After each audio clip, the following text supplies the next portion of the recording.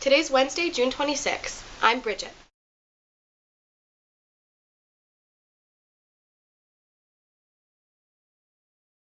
Today I'll tell you a little bit about myself and what my journey is and will be throughout this vlog. I'm 22 years old, almost 23. I just finished my undergrad in April. I studied music education. For any of you approaching college, the question you will always be asked by authority figures and friends and family is, oh, what do you do with a degree in music education? Chemistry. Basket weaving? Be prepared to explain your life path to a lot of people. For the record, I'm a music teacher. I got certified K through 12 to teach band, orchestra, and choir. Now my focus was in vocal music, and nobody wants me to teach a 9-year-old how to play the clarinet, but I digress. Currently, well actually since before I graduated, I've been applying and applying and applying, applying and applying and applying and applying. You know when you say a word too many times and it doesn't sound like a word anymore? For jobs.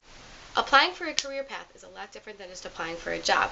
It's a little more soul destroying. It can be very, very scary. So I've been applying to a lot of places, and I wanted to share with you guys some tips and tricks for applying for a career. These are mostly education based because that's the field that I've chosen, but some of them can apply to other fields. Number 1, use district and educator resource websites. Personally, I just did Google searches of areas that I want to live in, and from there I found the district websites, and from there I found the postings that I wanted. I also uploaded my resume and information to, for instance, the Texas Music Educators Association website. That way they had my contact information. I've gotten emails and contacted by several schools already. Number 2, there's nothing more useful than the contacts that you make through professors, other educators, etc. throughout your schooling years. Whenever you do your student teaching, make sure that you are as visible to those administrators and other educators as you can be, because they will be more useful to you than you know. A lot of schools and districts will have an incredibly complicated application online.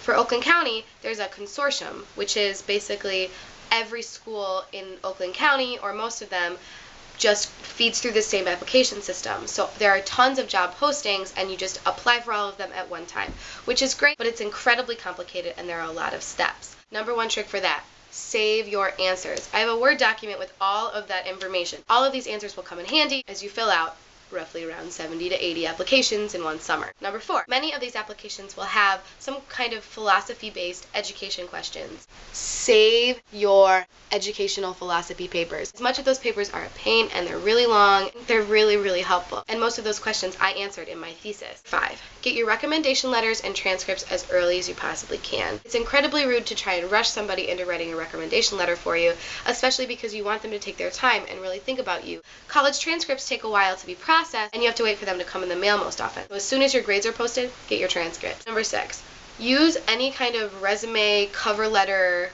resources that you have at your disposal at your school, because those resources will not always be there. The traditional time for employment is July and August, so don't get discouraged if you don't get a job by the end of June.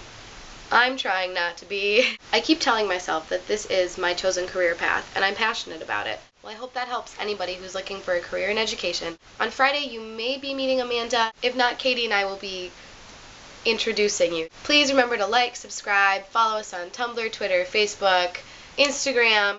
All the links are down in the description, and I'll see you next week.